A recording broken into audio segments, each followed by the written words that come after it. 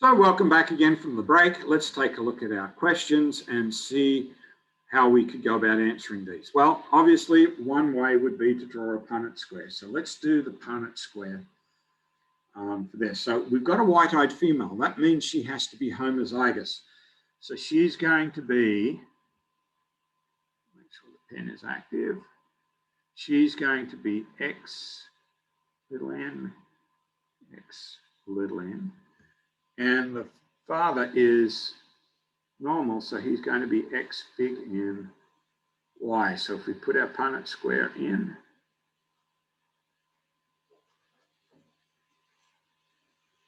put X little n, X little n, X big N, and Y.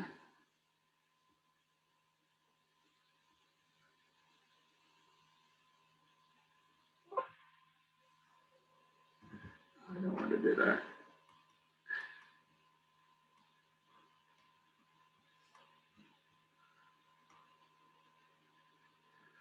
Oh. And I can't shut this down.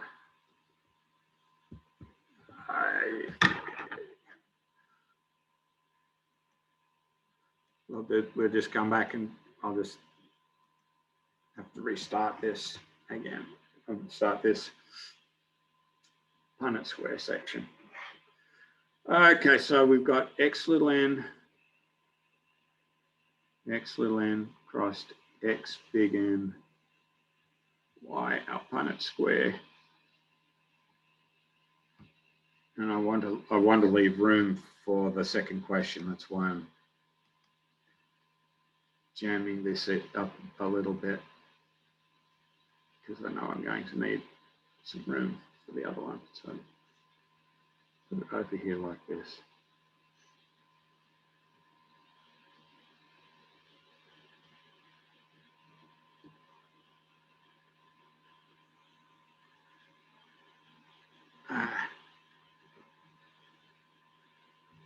I'm doing terribly well this today. No, I'll get by.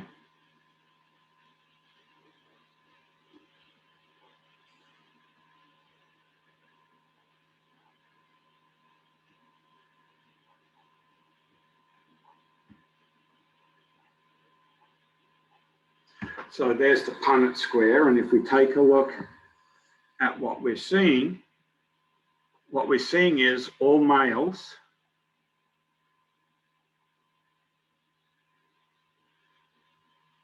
are white-eyed.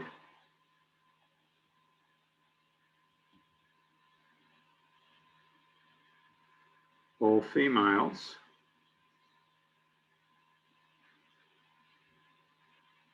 are normal,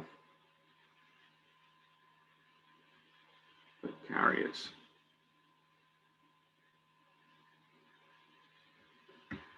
So that would be the solution that we were looking for.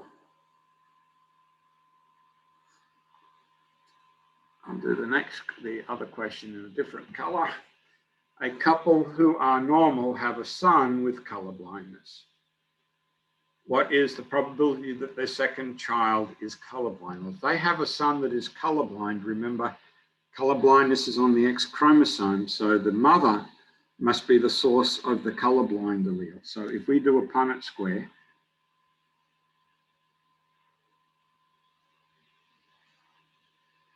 the father is going to be X big N and Y.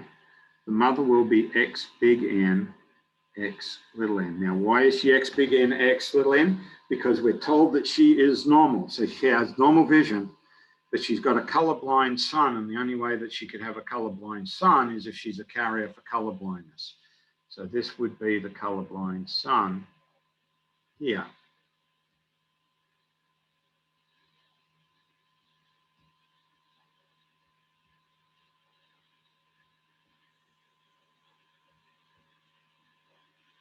So these are the four possible children they could have. They could have a homozygous normal daughter, or they could have a heterozygous daughter, so she's got a carrier for colorblindness, so it's 50% each. They could have 50% normal sons, 50% colorblind sons. So let's take a look at the question. What is the probability that the second child is colorblind? Remember, the Punnett square does not change just because they've had a child. It's still the same Punnett square. So what is the chance of their second child being colorblind? Well, if it's all the children, it's 1 out of 4 because it's this male child here. If it's what is the probability if the second child is a boy? Well, now we just considered the 2 male children. It would be 1 out of 2. Half of them are going to be normal, half of them are going to be colorblind. What if it's a girl? Well, the probability there is 0 because neither of the daughters have the colorblind condition. So if it's the second child, it's 1 out of 4. If it's a boy, it's 1 out of 2. If it's a girl, it's 0. Those are the probabilities. So let's move on and start talking about something else that Morgan discovered. By the way, it shouldn't come as much as a surprise to you to know that Morgan received the Nobel Prize in chemistry, I think it was, in 1933 for all of his work with the fruit flies and his discoveries that he made working with fruit flies. That's why he really does deserve the title Father of Genetics research here in North America or in the United States. So as Morgan and his students started to continue on working with the fruit flies, they came to realize that there must be multiple genes involved in the various traits that are produced in fruit flies.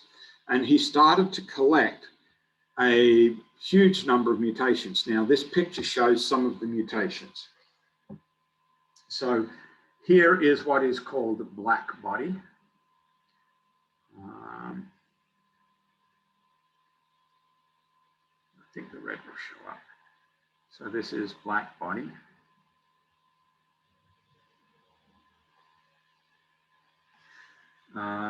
And this is called cinnabar for eye color.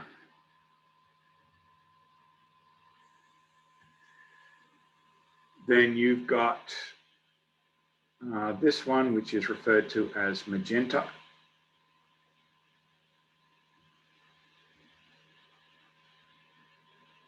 The eye color.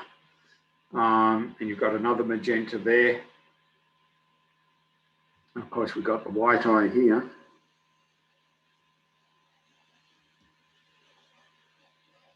And I'm not sure why this picture got cut off here, but I know that this is vestigial wing.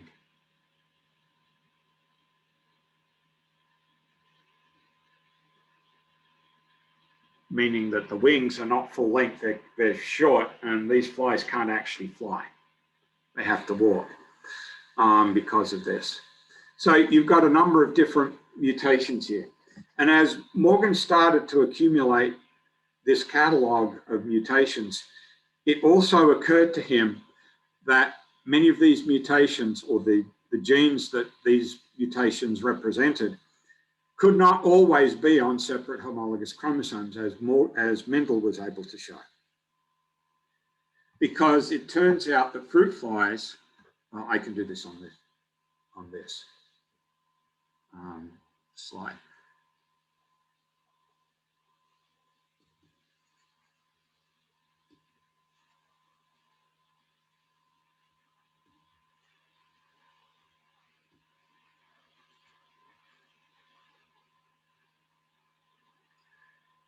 So what really started to impact him was that as he started to accumulate this catalog of mutations, the genes for all these mutations could only be found on 4 different chromosomes, because fruit flies only have 4 pairs of chromosomes. Their diploid number is 8. The haploid number is 4. They only have 4 different chromosomes, one of which is the gender chromosome, or the gender chromosomes. So they've only got 4 pairs of chromosomes. We now know that fruit flies have about 17,000 genes. So we know that the density of genes on their chromosomes must be pretty high. Morgan didn't know that at this time. But he started to realize as he was cataloging all of these mutations that eventually he would come across genes that were located not on separate pairs of homologous chromosomes, but would be on the same chromosomes. And so he coined the term linkage.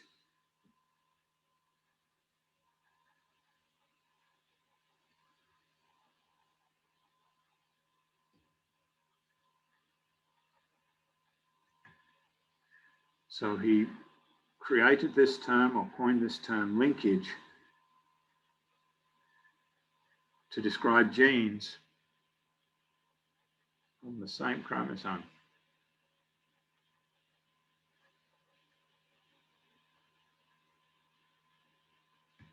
What's that mean? It means they are always inherited together.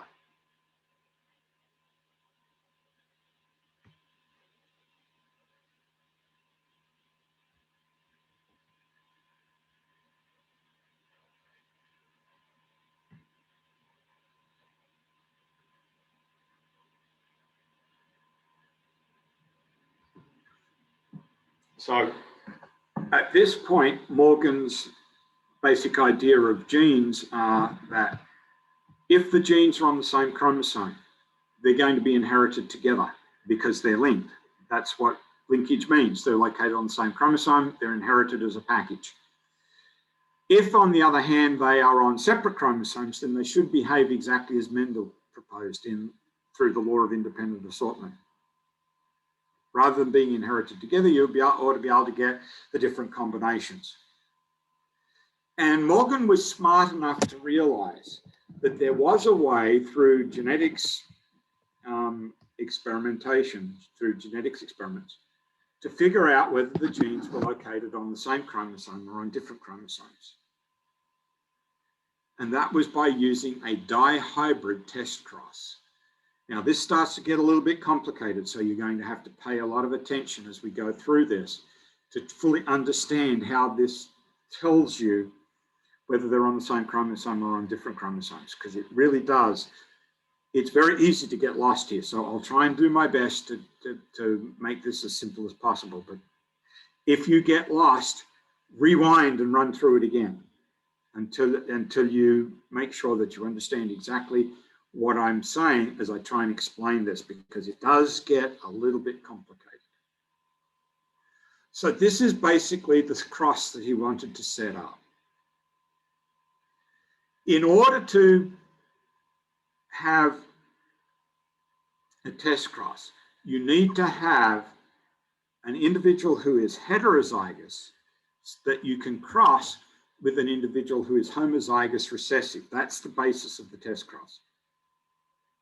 Now, under normal circumstances, we would expect our heterozygous individual in the test cross to be unknown to us. We wouldn't know that they were heterozygous. But Morgan knew that he needed to create a fly that was known to be heterozygous for the two traits that he was looking at, in order to be able to find out whether the genes were on the same chromosome or on different chromosomes, because the product of a mating between a heterozygous dihybrid and a homozygous recessive dihybrid can give you that answer. But he needed to have his heterozygous dihybrid to work from. So he had to set that one up. So he starts out with a parent or two parents that look exactly like the parents that Mendel would recommend. Parents that are pure breeding for the two dominant traits and a parent that is pure breeding for the two recessive traits. Well, in this particular cross, Morgan is working with two characters, body color, which in this case is given as gray, and wing length, which normal length is normal length, normal wings. The double mutant is a black body, which is one of the body color mutations that Morgan discovered, and vestigial wings, those flies with the truncated wings, the shortened wings. That's also a recessive trait. Now you'll notice that the symbology that we're using here is a little bit different, because Morgan and his students developed another way of representing the genes, and we still use it today. And that is to use all lowercase letters and to choose the lowercase letters on the basis of the mutation, not on the basis of the wild type. So the mutation for body color is B, black, and it's a lowercase b because we only use lowercase letters. So here is the symbology for black, little b, little b. Vestigial wing is given as VG. So there it is there. And so Morgan would write little b to represent the homozygous recessive black mutation, and VG to represent the homozygous recessive vestigial wing mutation. This is his double mutant parent that he's starting with. To designate the wild type allele, you simply put a superscript plus sign. So when you see B plus, what you actually think is gray body, because that's the wild type body color. And when you see VG plus, you think normal wings, long wings, because that is the normal phenotype. So here is the gray body combination, B plus, and here is the wing length combination, VG plus. So these are his pure breeding parents, pure breeding for black, for normal body color, gray body and normal wings, and pure breeding for black body and vestigial wings. That gives him his heterozygous individual that he wants for the test cross.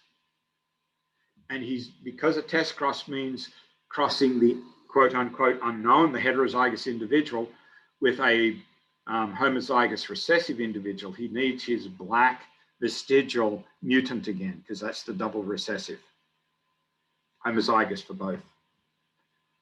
And this is what he's going to, these are the two individuals that he's going to cross. Now, how can this tell him whether they're on the same chromosome or on different chromosomes? Well, remember the combination that he's getting from this individual is B plus and VG plus in the gametes. The combination that he's getting from this parent is B and VG in the gametes, which should give you gametes that, or an individual that is B plus B, VG plus VG, the heterozygous individual. But if the genes are linked, if they're on the same chromosome, then there are only two possible gametes. So I'll put it, how can I put this?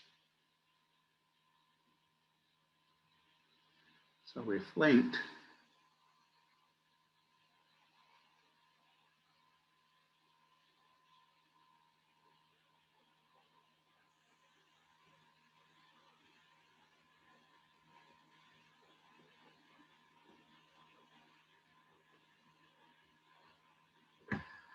and if you do a Punnett square with that,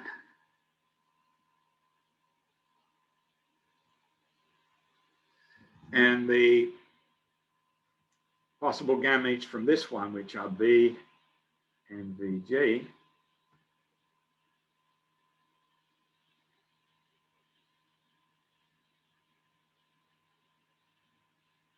oops, yeah, I'm going to run out of space here. This could get really ugly, unfortunately. Let's see what we can do to make this a little bit neater.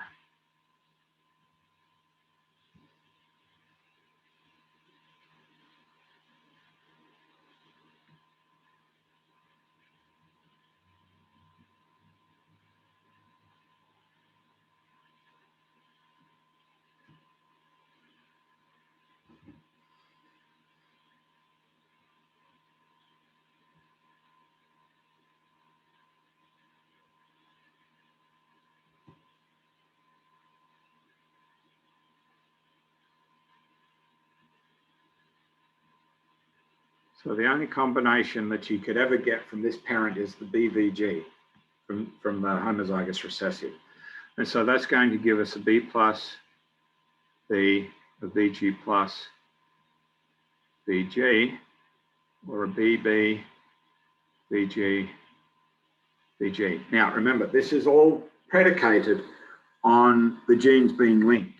If they're linked, then there's only two possible gametes from this individual, the combinations that it started with, the B plus, VG plus, which would carry through into the heterozygous individual, still the BG plus, VG plus, but then coming from the other parent would be a BVG combination.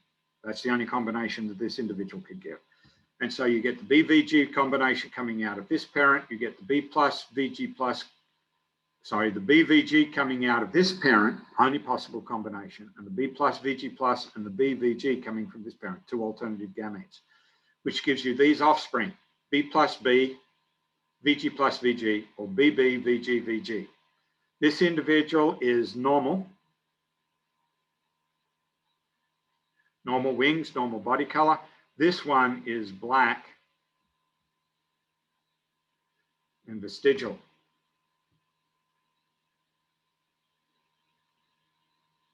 I'll just write over the top. I think you'll be able to see it. And the ratio of these two is 1 to 1. It's this ratio, right? If they're on the same chromosome, that's what you're going to get. This is just the Punnett square to illustrate what you're going to get. If they're on different chromosomes, then they're going to behave as Mendel would propose. And what you're going to get is 4 different gametes up here, because all possible gametes can occur from the heterozygous individual. This individual is still giving BVG, and you should get an even distribution. One of these, one of these, one of these, and one of these. If they're on different chromosomes, you should get that combination. So if they're linked, if they're on the same chromosome, you get a 1-to-1 ratio of offspring. If they're on different chromosomes, you get a 1 to 1 to 1 to 1 ratio of offspring. Now down here, you actually have the numbers that Morgan's students, because it was his students who were doing this work, actually generated. And what you see is the numbers do not match either ratio. Oops. Morgan's first inclination was that the students had done something wrong. And so he told them to go away and repeat the experiment again. And they came back with their results, and not surprisingly, they were exactly the same. Well, not surprisingly to us, because we know what's going on here. And if you haven't figured this out yet, you will soon. But for Morgan, 2 times is now showing a trend. This may not be a coincidence. There may not be something wrong here, other than he doesn't understand where these results are coming from. To confirm that, he just said to his students, just go run this again. Do it a 3rd time. Because if we get the same results a 3rd time, then we know we've got something going on here that we don't understand yet. And the students went away and did the experiments, came back with exactly the same type of results again. The numbers did not match either of the 2 ratios. And in fact, the ratios of the numbers were pretty consistent as far as this is concerned. And the key is these individuals. They represent about 17% of the offspring.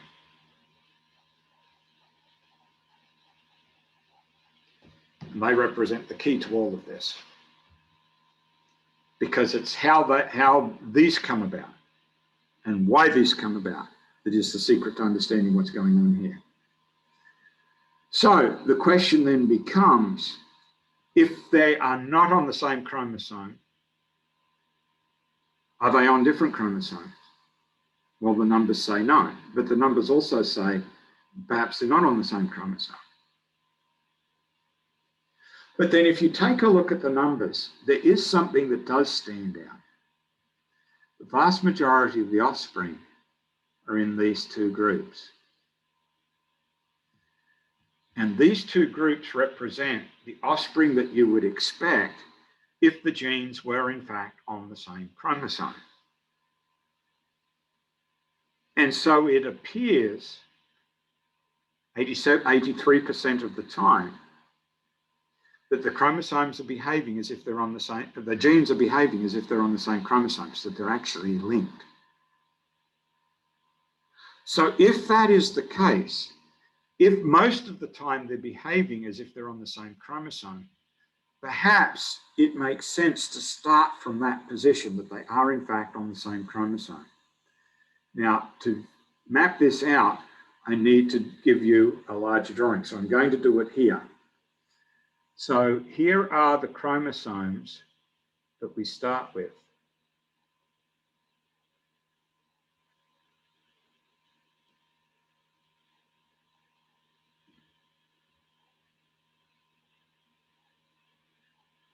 So this is, we're doing the F1s. So this is the F1 heterozygous parent.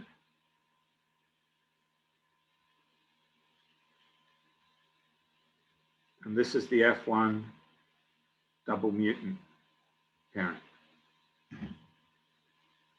So if we take a look at the numbers again very quickly, we know that most of them have normal body color and normal wings in combination, and black with vestigial wings in combination. That's what these numbers represent. By far, most of the offspring show the double dominant combination or the double recessive combination. And it's pretty easy to see how you could get that from these parents. They would get this chromosome, which gives you B plus and a VG plus, in combination with one of these, because this is the only combination you could get from here. And to get the other one,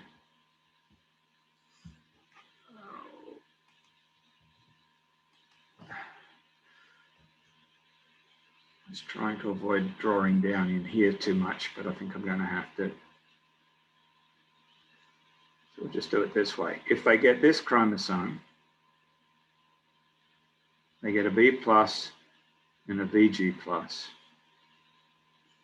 And then from here, they get, for this parent, they can only get the BVG.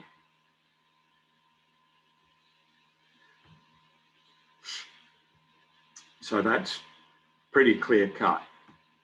If they get this chromosome, then they get a B and a VG, and they get the same from the other parent, a B and a VG. And so this gives us our normal and our normal body color, normal wing combination. This gives us our black and vestigial combination. It's real easy to understand where those come from. What we're trying to get, however, we're always getting a BVG combination from this parent. There's no other combination that can come from here. So if we're looking for the other two combinations, we still have a BVG and we still have a BVG. But to get the other combinations, we need to get a B plus with a VG, something that doesn't exist over here. And we need to get a B with a VG plus, which doesn't exist over here in this parent. Those combinations do not exist in either of the two parents. But what we're really trying to do is to get this, these two in combination, which would be this chromosome and this combination, which would be this chromosome. Now, if you've been following along, and I hope you've been able to follow along, what you may recognize now by what I've drawn here is that there really is a solution to this, and we know what that solution is. These two chromosomes, this BVG plus combination and the B plus VG VG combination are the product of crossing over.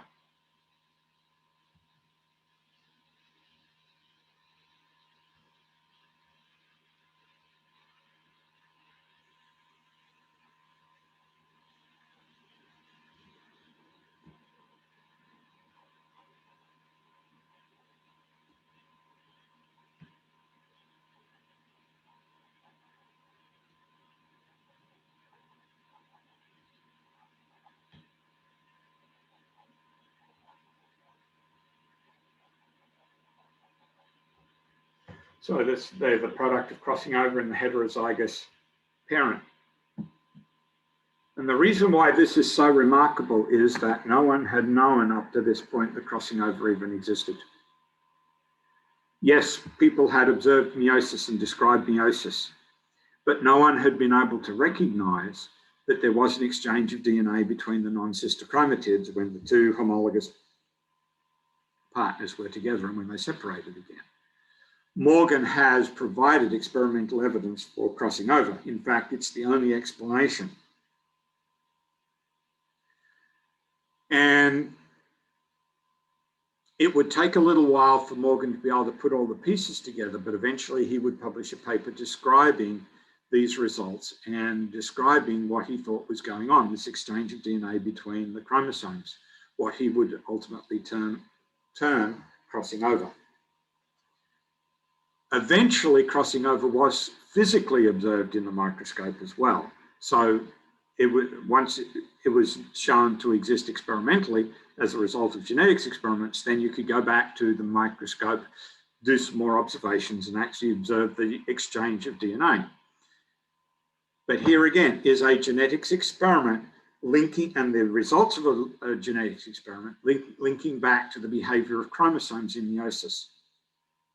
Crossing over was actually described as a process genetically before it was described as a process physically, observed through the microscope. Now, there is a lot more that we can get out of crossing over. What determines the rate at which crossing over occurs? Well, what determines the rate at which crossing over occurs is the distance between the genes. So if we map some genes onto a chromosome, and I'll use some different colors. So here's our chromosome. Here's gene A.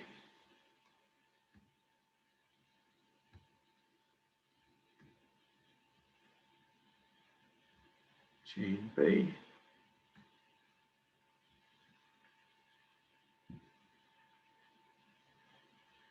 And gene C. Of these chromosomes, of these genes, which are the ones that are most likely to be separated by crossing over? The answer is the ones that are furthest apart from each other.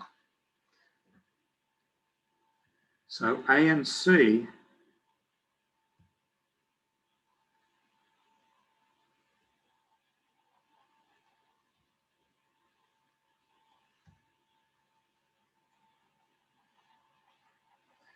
are more likely to be separated by crossing over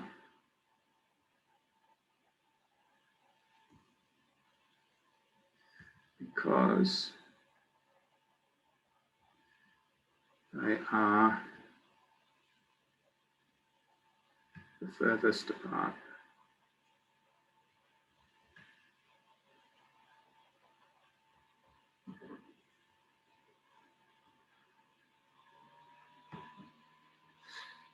Because A and B are relatively close together,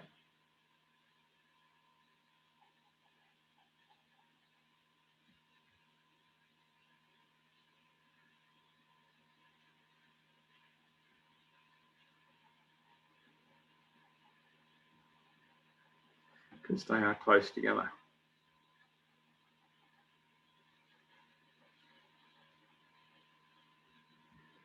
So one of Morgan's graduate students by the name of Sturtevant realized that this information could be used to create a map of chromosomes on a map of genes on chromosomes. not a physical map laying out the physical distance between the genes, because that was impossible to measure, but what is referred to as a relational map, where they lie with respect to each other relationally. So to give you an example of how this could play out, here is the black and vestigial pair that we've been talking about. There is another eye color gene called cinnabar. I showed you a picture of cinnabar on a previous slide that we know maps to the same chromosome.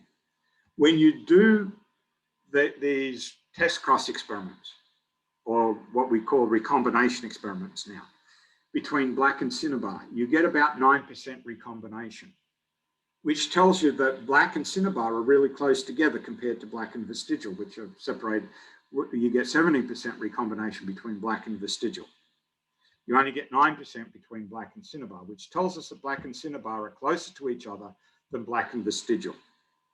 When you do a recombination experiment between cinnabar and vestigial, you get around 9.5% recombination, which tells you that cinnabar and vestigial are closer to each other than black and vestigial.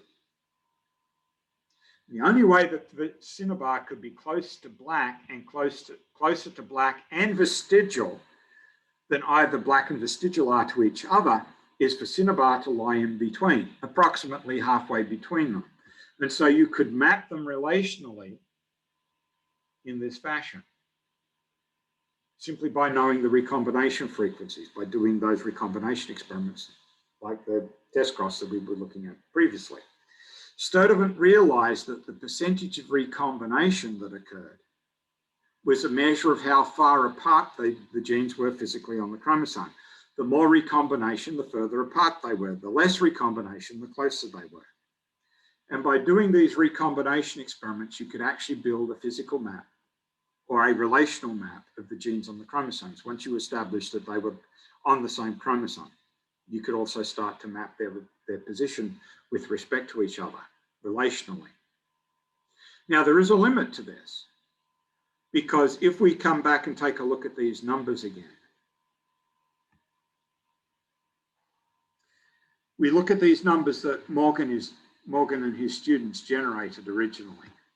We see that the numbers are really high for these two parents and relatively low for these offspring and relatively low for these offspring. If these numbers went up, meaning that the genes were further apart, these numbers would naturally come down. And eventually you would get to a point where these numbers were approximately the same as these numbers, meaning you've got about 50% recombination going on. But that means if you've got about 50% recombination, this number is going to be essentially the same as this, which will be essentially the same as this, which will be essentially the same as this. In other words, you've got your 1 to 1 to 1 to 1 ratio, and they're behaving as if they're on separate chromosomes rather than being on the same chromosome. So there is a limitation to mapping genes using recombination frequencies, because once you get to around 50% recombination frequency, it's impossible to determine whether they're on the same genes or on different genes, because they're now behaving as if they're on separate chromosomes, not separate genes, separate chromosomes.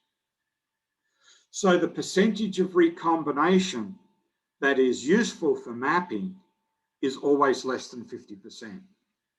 Because when you get to 50% recombination, you don't know whether you're now dealing with genes that are mapping to the same chromosome or whether you're dealing with genes that are mapping to two different chromosomes.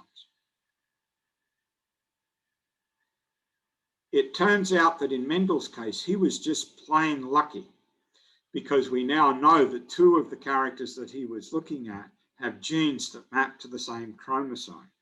They just happen to be far enough apart, just far enough apart, that they behave as if they're on separate chromosomes. In other words, you get at least 50% recombination. They're behaving as if they're on separate chromosomes. So there are limits to the ability to use recombination frequencies, percentages of recombination, to map locations of genes on chromosomes. But that still does not stop us from building extensive maps. And geneticists have built extensive maps of particularly Drosophila chromosomes in the past. So here is a more extensive map of the same chromosome that we've been playing with.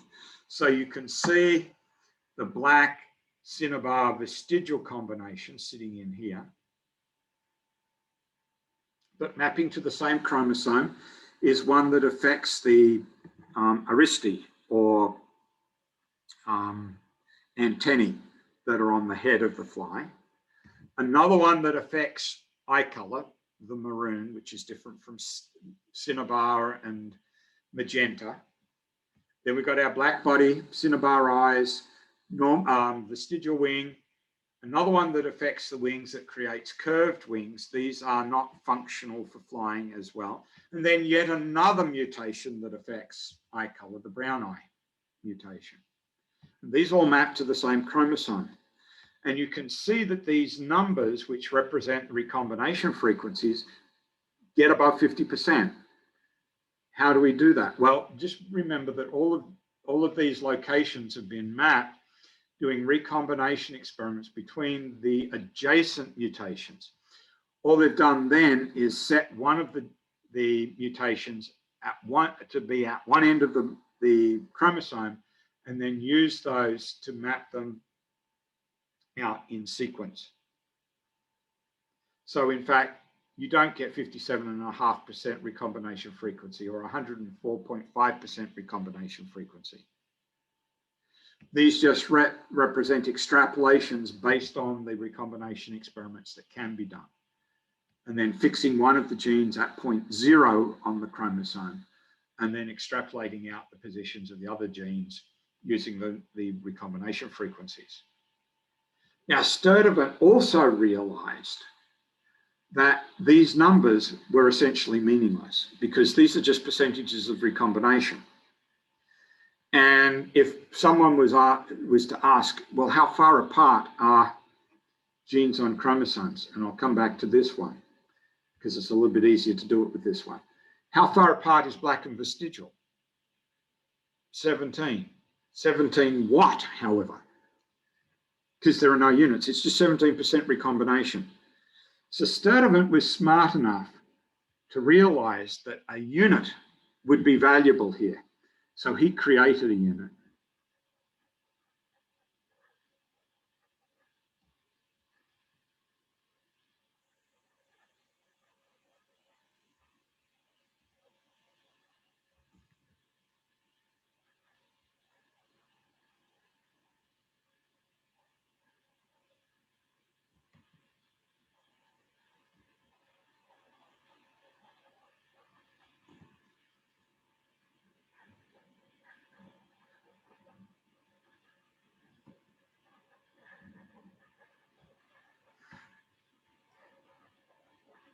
So the unit of measure that he developed was called the centimorgan.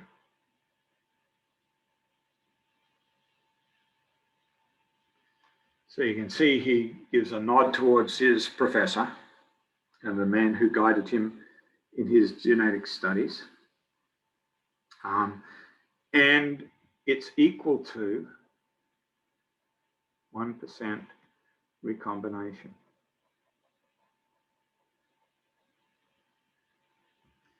So no longer do you have to go, well, black and vestigial are separated by 17.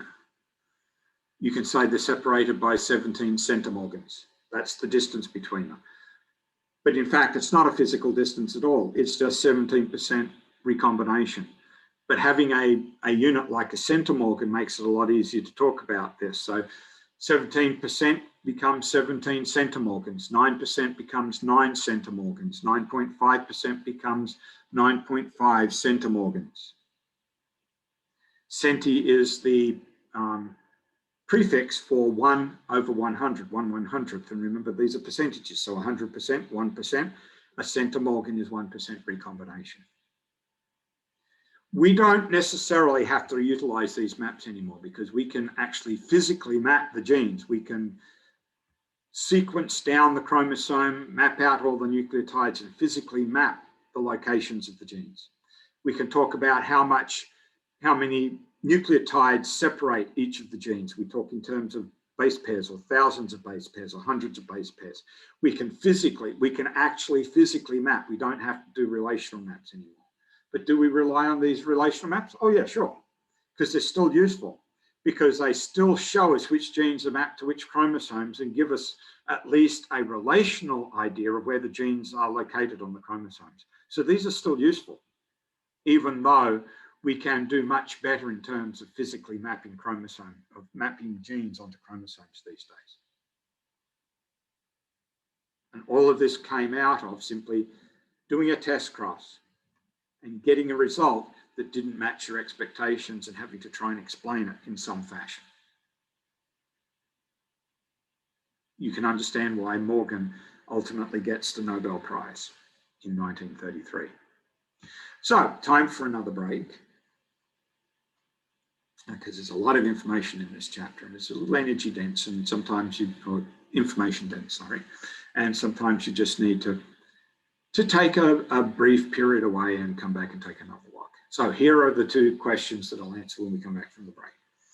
If two genes are located on the same chromosome, what is the physical basis for the production of recombinant offspring in a test cross between a dihybrid parent and a double recessive parent? Basically, what's the physical basis for Morgan's results? Genes A, B, and C are on the same chromosome.